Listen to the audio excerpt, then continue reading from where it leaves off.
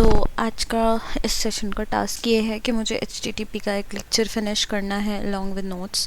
So this is going to be my lecture now, and I'm going to take notes here. I don't know if in on YouTube if I study from this video and I'm showing it on the video itself. So I don't know if I'm gonna get some copyright or whatever it is called. So I guess I'll have to see. But first let me just check if video is getting recorded properly or not.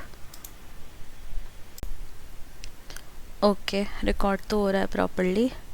Now let's just mute my mic and we'll focus on the lecture. हैं तब भी ये video आप देख लीजिएगा as a separate crash course, क्योंकि काफ़ी important यहाँ पे चीज़ें डिस्कस होती है। आपको कुछ समझ में आता है कि अच्छा इस तरह से चीज़ें होती है, इस तरह से ओवरव्यू आता है। तो काफ़ी इंटरेस्टिंग टॉपिक है हमारा ये HTTP का क्रैश कोर्स। काफ़ी आपको भी हेल्प करेगा और आपको एक ब्रॉड ओवरव्यू देगा कि चीज़ें कहाँ कैसे इंटरेक्ट होती है उन सबको समझने के लिए। तो बड़ा ही अच्छा इंटरेस्टिंग वीडियो है। हमारा कमेंट का टारगेट है सिर्फ और सिर्फ 333 कमेंट्स और लाइक का टारगेट ज़्यादा इस बार 1000 लाइक्स। हाँ जी, 1000। तो अभी तक अगर सब्सक्राइब नहीं करा है तो फटाफट से सब्सक्राइब बटन दबा दो और शुरू करते हैं आज का वीडियो। आज हम जानेंगे हमारे HTTP के बारे में। बड़ा ही अच्छा रहेगा, आपको भी बहुत मजा आएगा इस वीडियो के अंदर, क्योंकि बड़ा बेसिक होता है और बड़े अच्छे से इजी होता है, इसलिए समझ में आ जाता है। तो चलिए, आपके लिए मैंने कुछ नोट्स बनाए। बाय द वे, ये नोट्स मैंने मेरे लिंक्डइन पे भी शेयर करे हैं, तो अगर आपको चाहिए एग्जैक्ट नोट्स तो मेरे लिंक्डइन पे जाइएगा, सर्च कर लीजिएगा हितेश चौधरी। आजकल तो काफी इजीली अवेलेबल हो जाते हैं, लास्ट 4-5 साल से तो सर्च कर लीजिएगा और वहाँ पे अवेलेबल है, तो आप वहाँ से ले लीजिएगा सारे नोट। ओके, तो मैं आपके साथ शेयर करता हूँ अपनी स्क्रीन फर्स्ट। ये हमारा HTTP का क्रैश कोर्स और इसके बारे में हम थोड़ी सी चर्चा भी करेंगे, थोड़ा सा इसी को देखेंगे कैसे चीजें होती है। वैसे आसान है, इतना कुछ डिफिकल्ट है नहीं। तो हम बात करेंगे HTTP की। अब सबसे पहला तो सवाल आपके मन में ये आएगा, सर HTTP की क्यों? हम तो HTTPS के बारे में बात करनी चाहिए, क्योंकि आजकल तो सब जगह वही अवेलेबल है। देखिए, HTTP और HTTPS में प्रोटोकॉल का डिफरेंस है सिर्फ। टेक्नोलॉजी जो यूज होती है, जैसे कम्युनिकेशन होता है, जो रूल्स है, उनमें मेजरली कोई खास डिफरेंस है नहीं। अंतर सिर्फ इतना होता है कि HTTP में जो डेटा है वो मोस्टली क्लियर टेक्स्ट में जाता है। आपने ABC भेजा तो वहाँ पे ABC ही पहुंचता है। और जो हमारा HTTPS लग जाता है, इसके अंदर कुछ नहीं होता, हमारे पास एक और लेयर आ जाती है। वो लेयर का काम सिर्फ इतना होता है कि डेटा को एनक्रिप्ट कर दें, कि आप जो भेज रहे हैं उसको एक की लगा के उसके साथ एक्सॉर ऑपरेशंस वगैरह परफॉर्म कर दें और वो डेटा नॉर्मली रीडेबल ना हो और वो डेटा जाके सर्वर पे रीडेबल हो जाए, या सर्वर से जो आ रहा है वो हमारे क्लाइंट पे रीडेबल हो जाए। इन बिटवीन वो डेटा रीडेबल ना रहे, बस यही एक मेजर डिफरेंस है और इसीलिए HTTPS बोला जाता है। बट आप जितनी बुक्स पढ़ोगे, रिसर्च पेपर पढ़ोगे, वहाँ पे एक्चुअली में जब भी प्रोटोकॉल के डिस्कशन होता है, वहाँ आज भी हम HTTP बोलते हैं, क्योंकि कन्वीनियंट है। इतने सारे पेपर ऑलरेडी लिख दिए हैं, रिसर्च वर्क वगैरह हो चुका है, तो इसलिए उसको HTTP बोलते हैं। सिंपल है, हाइपर टेक्स्ट ट्रांसफर प्रोटोकॉल। तो जब आपको टेक्स्ट सेंड करना है, अब टेक्स्ट बहुत सारे के फॉर्मेट्स में होता है, बहुत तरह का डेटा होता है, तो उस टेक्स्ट को कैसे ट्रांसफर किया जाएगा, सिर्फ और सिर्फ इसके बारे में चर्चा है। अब देखिए, इंटरनेट पे ना सबसे बड़ा काम यही है कि टेक्स्ट को या किसी भी चीज़ को ट्रांसफर कैसे किया जाए। बहुत सारे वेरिएबल्स हैं, बहुत सारे ऑप्शंस हैं, ऑप्टिमाइज तरीके से हम ट्रांसफर करना चाहते हैं, तो हमको ऐसे डेटा स्ट्रक्चर का यूज़ नहीं करना चाहते जो कि बहुत ज़्यादा एक्सपेंसिव हो, तो हमारी DSA की नॉलेज आती है। क्योंकि ट्रांसफरिंग का काम हो रहा है, तो कंप्यूटर्स तो है क्या, ऑपरेटिंग सिस्टम ही तो आपस में एक दूसरे से बात कर रहे हैं नेटवर्क के ऊपर, तो नेटवर्किंग का भी रोल आता है। ऑपरेटिंग सिस्टम उस डेटा को रखेगा भी, प्रोसेस करेगा, तो आपकी OS की भी नॉलेज यहाँ पे आती है। तो यहाँ पे एक्चुअली में आपकी प्रैक्टिकल गाइड स्टार्ट होती है कि DSA, operating system, cryptography, in fact जो भी आप कुछ सीखने वाले हैं उसी के बारे में। अब जो मेजर हमारा काम रहेगा यहाँ पे, हमारे पास दो चीजें रहेगी। एक हमारा है ये सर्वर, मोबाइल ऐप मान लीजिए, और एक है हमारे पास में ये सर्वर, इसको सर्वर आप मान लीजिए। ये इससे बात करना चाहता है और ये इससे बात करना चाहता है। इसी को बोलते हैं हमारा क्लाइंट और इसको बोलते हैं हमारा सर्वर। यही है बस क्लाइंट सर्वर मॉडल। ये किस तरह से बात करेंगे, कैसे कैसे काम करेंगे, इन्हीं सब के बारे में हम डिटेल डिस्कशन करने वाले हैं। हाँ जी, तब आपको ओवरव्यू मिल चुका है उम्मीद करता हूँ। तो चलिए आगे चलते हैं। तो अब सबसे पहले तो हम बात करते हैं, हाँ, HTTP की अगर बात कर रहे हैं तो सबसे पहले आपको ये 2-3 वर्ड सुनने को मिलेंगे। इन वर्ड्स का भी आप ध्यान रखिएगा, मैं अक्सर डिस्कस करता हूँ। एक आपको मिलेगा URL, एक आपको मिलेगा URI और एक आपको मिलेगा URN। इनमें खास कोई चिंता करने वाली बात नहीं है। URL है यूनिफॉर्म रिसोर्स लोकेटर, जो है कि कहाँ पे लोकेशन है उसकी, उसका आइडेंटिफायर क्या है, उसका नेम क्या है। ये सब फैंसी नाम है, सिर्फ आप इसको URL बोलिए, URN बोलिए, इसमें इतना ज़्यादा कोई डिफरेंस नहीं आता है। मोटी मोटी बात यह है कि हमें उसका एड्रेस चाहिए कि मैं कहाँ पे बात करूँ, मुझे वो लोकेशन तो दो। अब लोकेशन में जरूरी नहीं कि हमेशा जो आपके पास URL है वो HTTP आए। आपने जैसे मोंगो वाले में देखा था, हमारे पास HTTP नहीं था, वहाँ पे SRN, SRV ऐसे करके भी प्रोटोकॉल्स थे। तो हर चीज़ का अलग अलग प्रोटोकॉल होता है कम्युनिकेशन करने का। HTTP उनमें से सिर्फ एक है, तो सबके अलग अलग नाम होते हैं, इसलिए इनका ज्यादा एक्यूरेट टेक्निकल नेम जो है हम URL या URI कह देते हैं, कि हमें उस आइडेंटिफायर का, रिसोर्स का नाम बता दो कि यूनिकली क्या आइडेंटिफाई होता है। इसलिए टेक्निकल जार्गन्स, बड़ी कॉर्पोरेट हाउसेस में, फैंग बैंक कंपनियों में आपको ये URL, URI, URN इनसे लोग ज्यादा बात करते हुए नजर आते हैं, कंपेयर टू कि मुझे URL दे दो या फिर मुझे उसका एड्रेस दे दो। तो ज्यादा बस टेक्निकल बात है, इतना कुछ खास है नहीं। अब सबसे पहले आते हैं हम हेडर्स के पास। देखिए, जैसे आप HTTP रिक्वेस्ट भेज रहे हो तो साथ में कुछ इन्फॉर्मेशन भेजनी पड़ती है। जैसे आप मेरे को कोई फाइल भेजते हो तो फाइल के साथ भी इन्फॉर्मेशन आती है कि फाइल का नाम क्या है, फाइल का साइज क्या है, फाइल क्रिएट कब हुई थी, फाइल मॉडिफाई कब हुई थी, तो उसके साथ में कुछ मेटा डेटा आता है, डेटा के बारे में डेटा। तो वही सब है आपके HTTP हेडर्स। HTTP हेडर्स भी मेटा डेटा ही है, और ये मेटा डेटा होता कैसा है, की वैल्यू पेयर। सिंपली जैसे अगर आप देखना चाहें तो कुछ इस तरह से कि नेम क्या है, नेम कोलन हितेश, तो ये जो वैल्यू है हमारे पास में की है और ये वैल्यू है। अब ये की वैल्यू ना HTTP हेडर्स के अंदर इतना ज्यादा ओपन रखी गई है कि ये सबसे अच्छा काम है कि ओपन रखी गई है। अब क्या है कि कुछ तो हेडर्स हैं जो कि ऑलरेडी डिफाइंड है कि ये आएगा तो मैं ये एक्सपेक्ट करता हूं, लेकिन ऐसा नहीं है कि यही है। आप चाहे तो खुद के हेडर्स भी बना सकते हैं, कोई आपको वहां पे मना नहीं कर रहा है। और हेडर्स आपके रिक्वेस्ट में भी आपको मिलेंगे और रिस्पॉन्स में मिलेंगे। जब आप रिक्वेस्ट भेजते हैं तो डिपेंड करता है कहां से कैसे रिक्वेस्ट जा रही है, तो उसके बारे में भी काफी इंफॉर्मेशन जाती है कि आपने प्रोग्रामेटिकली रिक्वेस्ट भेजी है, कोई टूल यूज करा है जैसे पोस्टमैन हो गया, थंडर क्लाइंट हो गया, तो भी एक अलग रिक्वेस्ट हेडर्स जाते हैं। और अगर आपके ब्राउजर ने भेजिए तो भी अलग रिक्वेस्ट हेडर्स जाते हैं। और इसी तरह से रिस्पॉन्स भी होता है, सर्वर कैसा रिस्पॉन्स आपके लिए कर रहा है। हो सकता है सर्वर ने आपको ओके भेजा हो सकता है सर्वर ने बोला कि 404 नॉट फाउंड, काफी बार आपने देखा होगा एरर, तो डिपेंड करता है क्या वैल्यूज आई है। तो इसी तरह से अपने पास रिक्वेस्ट में भी हेडर्स होते हैं और रिस्पॉन्स में भी हेडर्स होते हैं। हेडर्स है क्या? Meta data. तो ये सारी चीज़ें अब आपको हो सकता है कनेक्शन में आ रही है। अब हेडर्स करते क्या है? देखिए, हेडर्स के बहुत सारे काम होते हैं, कोई एक स्पेसिफिक नहीं होता कि यही काम करता है। ये कुछ मैंने यहाँ पे एग्जांपल दिए हैं, बट इसके अलावा भी बहुत काम होते हैं, बहुत तरह से काम में लिया जाता है। हेडर्स को कैशिंग के लिए काम में लिया जाता है, ये देखने के लिए कि यार ये रिक्वेस्ट अभी तो आई थी, तो इसका हम कोई कैश डेटाबेस में से कुछ उठा लें, वैल्यूज अगर मिल जाए तो। ऑथेंटिकेशन के लिए आप देखोगे बहुत जगह यूज होता है। ऑथेंटिकेशन के आपके हेडर्स होते हैं कि बियरर टोकन है क्या, सेशन कुकीज है क्या, सेशन की वैल्यूज है क्या, कुकी है क्या, रिफ्रेश टोकन है क्या। तो ऑथेंटिकेशन के लिए भी कई मैकेनिज्म काम में लिए जाते हैं। उसके अलावा स्टेट मैनेजमेंट के हेडर्स करते क्या हैं? देखिए, हेडर्स के बहुत सारे काम होते हैं, कोई एक स्पेसिफिक नहीं होता कि यही काम करता है। ये कुछ मैंने यहाँ पे एग्जांपल दिए हैं, बट इसके अलावा भी बहुत काम होता है और बहुत तरह से काम में लिया जाता है। हेडर्स को कैशिंग के लिए काम में लिया जाता है, ये देखने के लिए कि यार ये रिक्वेस्ट अभी तो आई थी, तो इसका हम कोई कैश डेटाबेस में से कुछ उठा लें, वैल्यूज अगर मिल जाए तो। ऑथेंटिकेशन के लिए आप देखोगे बहुत जगह यूज होता है। ऑथेंटिकेशन के आपके हेडर्स होते हैं कि बियरर टोकन है क्या, सेशन कुकीज है क्या, सेशन की वैल्यूज है क्या, कुकी है क्या, रिफ्रेश टोकन है क्या। तो ऑथेंटिकेशन के लिए भी कई मैकेनिज्म काम में लिए जाते हैं। उसके अलावा स्टेट मैनेजमेंट के लिए भी काम में लिए जाते हैं। स्टेट मैनेजमेंट से मतलब है यूजर की स्टेट क्या है, क्या वो एक गेस्ट यूजर है, क्या वो लॉग्ड इन यूजर है, क्या उसने ऑलरेडी कुछ कार्ट में रख रखा है, क्या यूजर की स्टेट किस पोजीशन पे है, तो वो भी हम देखते हैं। अब इसके अंदर एक इंटरेस्टिंग चीज़ क्या है कि पहले जो हेडर्स होते थे तकरीबन 2012 से पहले, एग्जैक्ट तो मुझे याद नहीं है, बट फिर मैंने 2012 लिख दिया है। बट उससे पहले सारे हेडर्स में ना एक्स प्रीफिक्स रखना जरूरी होता था। तो जैसे आपने सपोज करिए नेम भेजा है तो एक्स डैश नेम रखना जरूरी होता था। लेकिन ये क्या है कि अभी एक्स जो है ऑलमोस्ट डेप्रिकेटेड हो गया, यूज करोगे तो कोई मना नहीं करता है, कोई एरर नहीं आती है। बट मोस्टली अब आपको एरर्स, आपके जो हेडर्स है उसमें एक्स नहीं देखने को मिलता है। 2012 2013-12 के आसपास लगभग मान लो कि ये चीज़ें डेप्रिकेट हो गई। बट हाँ, पुराना कोड बेस अगर कोई है या किसी ने चेंज नहीं करा, ऐसा होता है बहुत सारा, तो वहाँ पे आपको ये चीज़ देखने को मिलेगी। तो घबराने की कोई बात नहीं है, सिर्फ एक कन्वेंशन ही मान लो। एरर तब भी नहीं आती थी, बट पहले ये चलता था। अब जो हेडर्स है ना, उनकी कैटेगरी तो नहीं बनाई हुई ऑफिशियली, बट हाँ मैंने ही बना रखी है, कई लोगों ने और भी बना रखी है। तो उसके अंदर हम क्या करते हैं, किस तरह के हेडर्स होते हैं उसके बारे में हम देख लेते हैं। तो सबसे पहले तो आपके पास है रिक्वेस्ट हेडर्स। इन सब में वो कैटेगरी आती है जो कि क्लाइंट से जो भी डेटा आ रहा है उसको हम रिक्वेस्ट हेडर बोल लेते हैं। आपके पास रेस्पॉन्स हेडर्स भी हैं, जो कि सर्वर से जो भी डेटा आएगा वो रेस्पॉन्स हेडर्स है। ये बड़ा इंपॉर्टेंट है, इनका स्टैंडर्डाइजेशन होना बहुत जरूरी है। सपोज करिए एक जो सर्वर है वो तो ओके के लिए आपको कोड भेज रहा है 200, एक जो सर्वर है वो आपको ओके के लिए कोड भेज रहा है 400।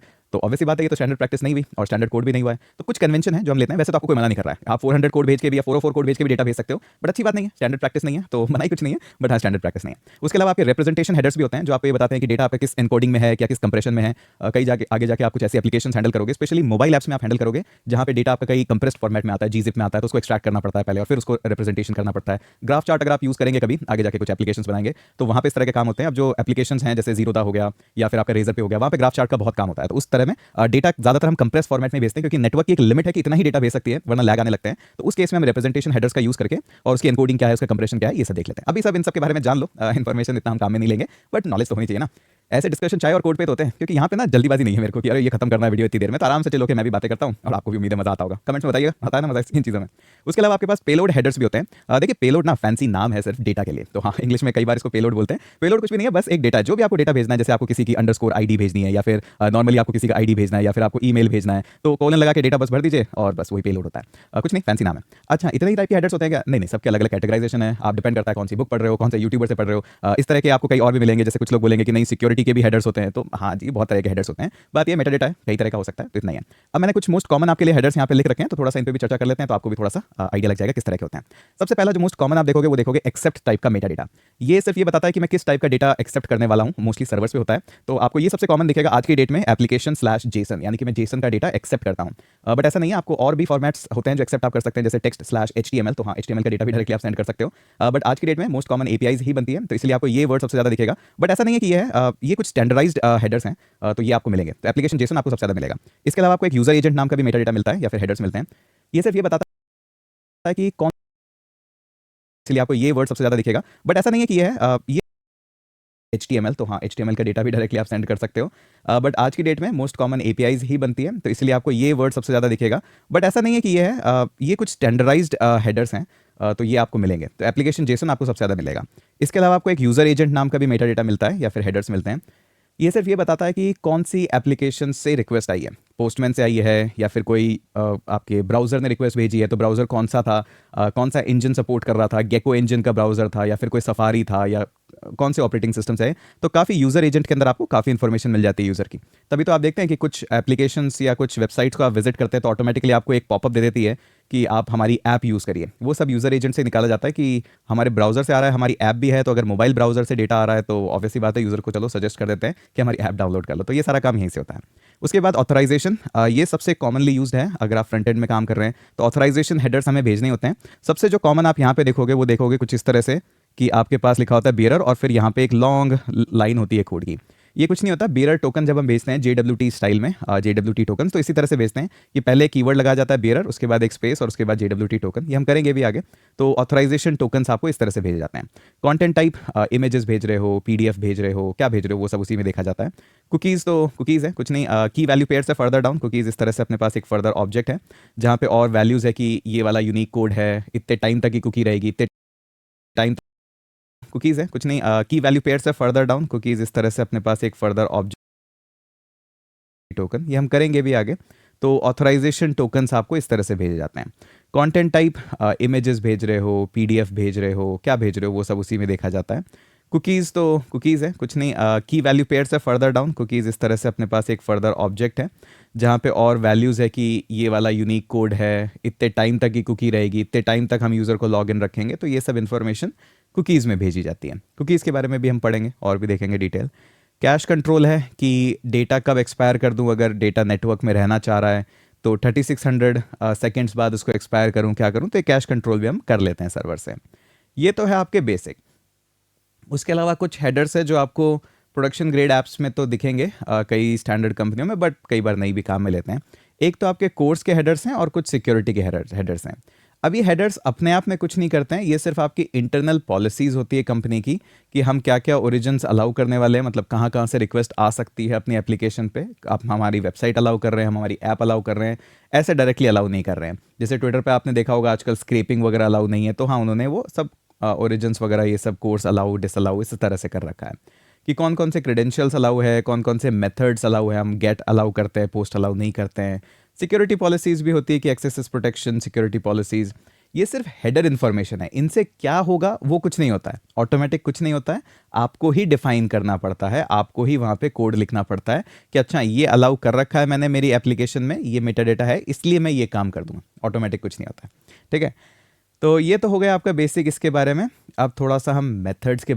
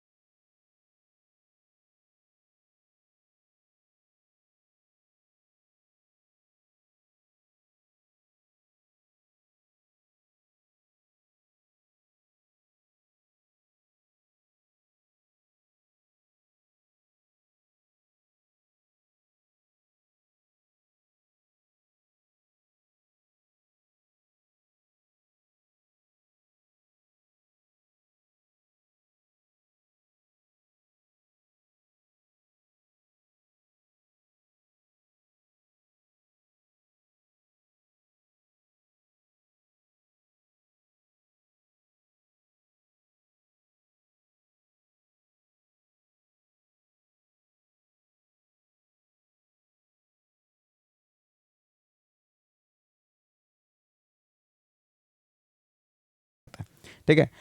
तो ये तो हो गया आपका बेसिक इसके बारे में। अब थोड़ा सा हम मेथड्स के बारे में भी देख लेते हैं कि किस तरह से हमारे जो HTTP के मेथड्स होते हैं वो यूज़ आते हैं। तो हमारे HTTP के अंदर कुछ बेसिक मेथड्स हैं। आपने कभी अगर पोस्टमैन या फिर कोई थंडर क्लाइंट गलती से खोल लिया होगा ड्रॉप डाउन के अंदर जहाँ पे गेट लिखा होता है, तो एक बहुत ही लॉन्ग लिस्ट ओपन हो जाती है। तो HTTP के अंदर काफ़ी मेथड्स आपके लिए अवेलेबल होते हैं जो आप काम में ले सकते हैं। कुछ कॉमन मेथड्स हैं, उनको हम बारे में बात करेंगे। अब मेथड्स कुछ नहीं है, ये सिर्फ आपको ये बताते हैं कि क्या क्या ऑपरेशंस मैं परफॉर्म कर रहा हूँ। जैसे अगर मेरे को एक डेटा सेंड करना है और मैं चाहता हूँ डेटाबेस में नई एंट्री हो जाए, तो ऑब्वियसली बात है एक स्पेसिफिक मेथड है उस काम के लिए। अगर मैं रिक्वेस्ट कर रहा हूँ सर्वर से और बोल रहा हूँ कि मुझे ये डेटा वापस भेज दो, तो भी एक स्पेसिफिक ऑपरेशन है, रीड ऑपरेशन। अगर मैं चाहता हूँ ये डेटा है, पूरा डेटा अपडेट नहीं करना है, कुछ पार्ट ही अपडेट करना है, तो अलग एक ऑपरेशन है। मैं चाहता हूँ ये पूरा ही डेटा अपडेट कर दो, तो एक अलग ऑपरेशन है। तो हर तरह के ऑपरेशंस आपके पास अवेलेबल होते हैं। कुछ मोस्ट कॉमनली यूज्ड होते हैं, कुछ नहीं भी यूज़ होते हैं इतने ज़्यादा, कुछ के बारे में कभी डिस्कस ही नहीं होता है, चाहे पेड कोर्स हो चाहे फ्री कोर्स हो, वो आप खुद ही सीखते हो इवेंचुअली। तो मोस्ट कॉमनली जो आप देखोगे आपके पास गेट आता है, पोस्ट आता है, पुट आता है और डिलीट आता है। यही मोस्टली ऑपरेशन यूज़ होते हैं। कभी कभार अगर पढ़ लिया हो तो पैच भी होता है। यही मोस्ट कॉमन है, यही आपको पता होने चाहिए, बट फिर भी मैंने लिख दिया है तो हम डिस्कस कर लेंगे, छोटा छोटा पढ़ लेंगे उनके बारे में। ठीक है कि नहीं? ठीक है। तो मोस्ट कॉमन है गेट। ये काम में आता है रिट्रीव ए रिसोर्स। अब रिसोर्स आपको कैसे लेना है वो आप पे डिपेंड करता है। गेट के अंदर कुछ नहीं है, मैंने आपको एक रिक्वेस्ट भेजी कि मुझे सारे यूज़र्स दे दो या फिर मुझे इस ईमेल वाला यूज़र दे दो, तो मोस्टली रिट्रीव करना होता है एक रिसोर्स या लेना होता है एक रिसोर्स, उसी के बारे में हम डिस्कशन करते हैं। उसके बाद हमारे पास एक ऑप्शन होता है हेड। ये आप बहुत ही कम जगह आप काम में यूज़ होता हुआ देखोगे। इसके अंदर कोई बॉडी मैसेज नहीं होता, सिर्फ आपके पास हेडर्स वापस आते हैं। अब कई बार हमें देखना होता है यूज़र एजेंट क्या है या फिर आपका कैश कंट्रोल कितना है, तो उस केसेस में कई बार इस तरह के एंड पॉइंट्स बनाए जाते हैं कि सिर्फ हेड ही भेजो, मैं आपको रिस्पॉन्स में हेड ही भेजूंगा या फिर रिस्पॉन्स ही भेजूंगा, बॉडी नहीं आएगी आपके पास में। तो उस तरह से ये मेथड होता है। उसके अलावा एक ऑप्शंस भी होता है। ऑप्शंस के अंदर हम सर्वर से ये अगर एंड पॉइंट आपने बना रखा है तो आप ये पूछ सकते हो कि कौन कौन से ऑपरेशंस अवेलेबल हैं इस एंड पॉइंट पे। जैसे स्लैश यूज़र्स हैं तो स्लैश यूज़र्स पे आपके पोस्ट अवेलेबल है क्या, गेट अवेलेबल है क्या, क्या क्या चीज़ें अवेलेबल है वहाँ पे, तो मुझे वो बता दो। यूजुअली बहुत कम देखने को मिलेगा और ऑटोमेटिक कुछ नहीं होता है, आपको ये एंड पॉइंट्स बनाने होते हैं। तो हम गेट भी हम बना के देखेंगे, डिलीट, पुट, पोस्ट, ये सब हम बना के देखेंगे अपने कंट्रोलर्स में, ऑटोमेटिक कुछ नहीं होता है।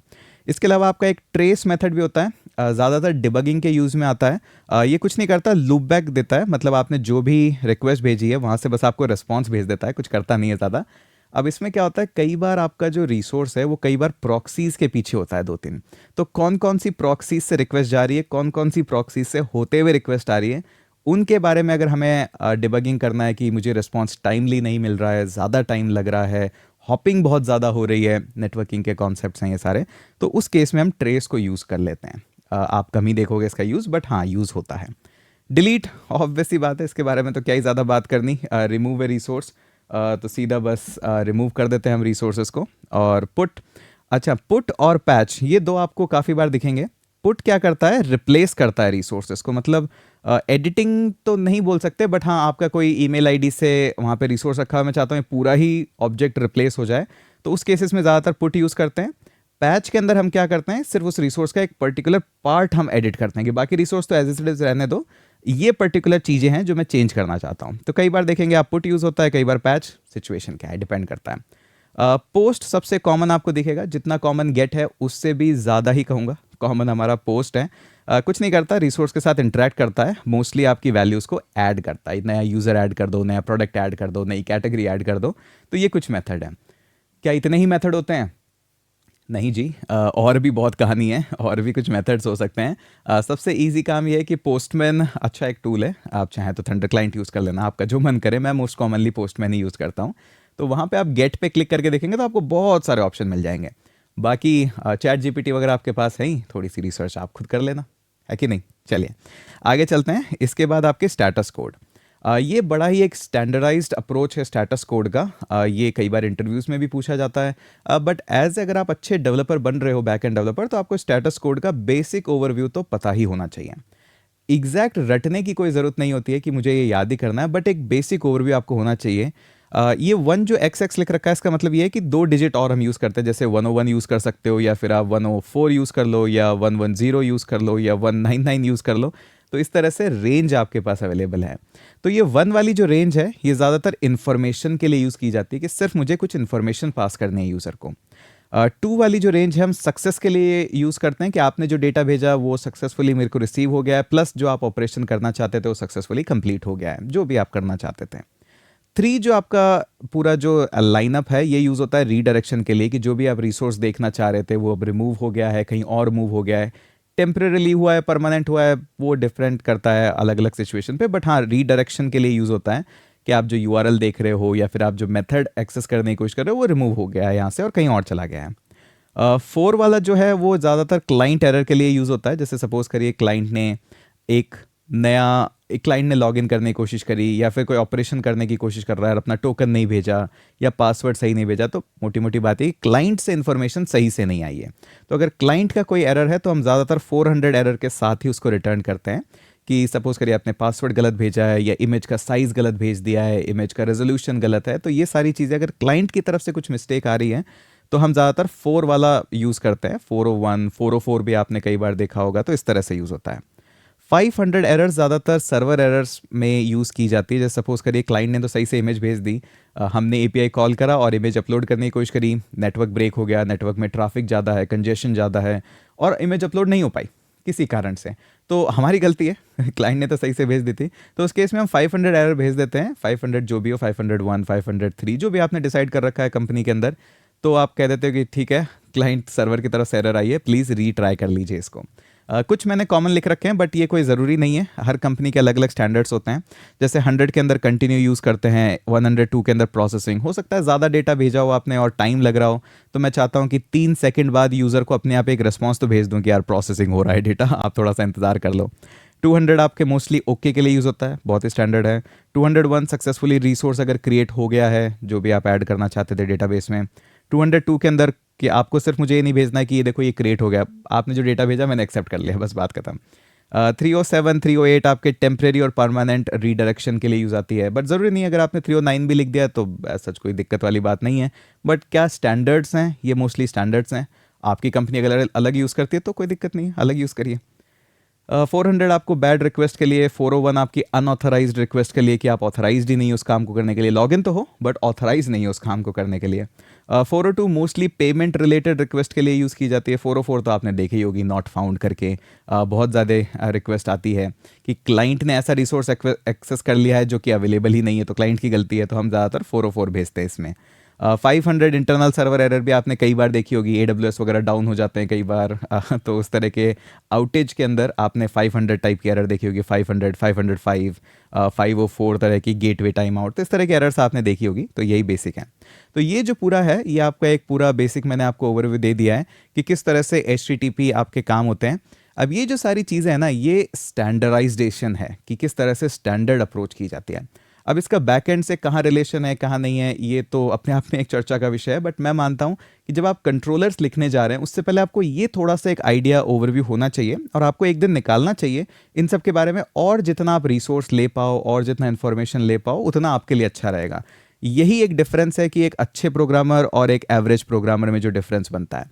अब यहाँ पे हमने इतनी चीज़ें देखी है, तो ऑब्वियस सी बात है यही जो चीज़ें आपको आगे जाके समझ में आएगी और आपकी क्यूरियोसिटी बढ़ाती है कि अच्छा नेटवर्क लैग भी कोई चीज़ हमने आज पढ़ी है, या फिर आप किस तरह से डेटा स्ट्रक्चर को ऑप्टिमाइज़ कर दूँ ताकि यूज़र को प्रोसेसिंग का वेट कम करना पड़े, तो वहाँ डेटा स्ट्रक्चर, ऑपरेटिंग सिस्टम का भी आप काफ़ी कॉन्सेप्ट्स यहाँ पे यूज़ करते हो, तो काफ़ी आपको सीखने को मिलता है इन सब चीज़ों के बारे में।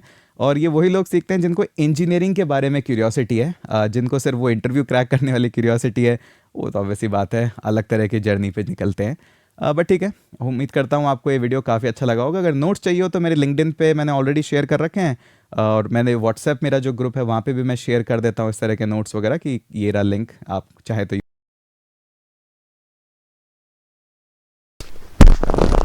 It was a good lecture, but as he said, I think I have to make something out of this knowledge so that it really gets into my brain. So let's do one project, but I will decide that and do it in the next video, not in this one. So I guess that's all for HTTP basics. Now, there were so many things that were new to me actually. You know, like this user agent header, I really need to use it in my current work in my company. These things are already there. Also, this also I didn't know. I have to probably read about this. And this as well, you know, when he told that after 3 seconds you can send a response to the client saying that, you know, your request is still in process. This is really helpful. This I can apply in my current work. So yeah, that's all for the video. Let's build something in the next one.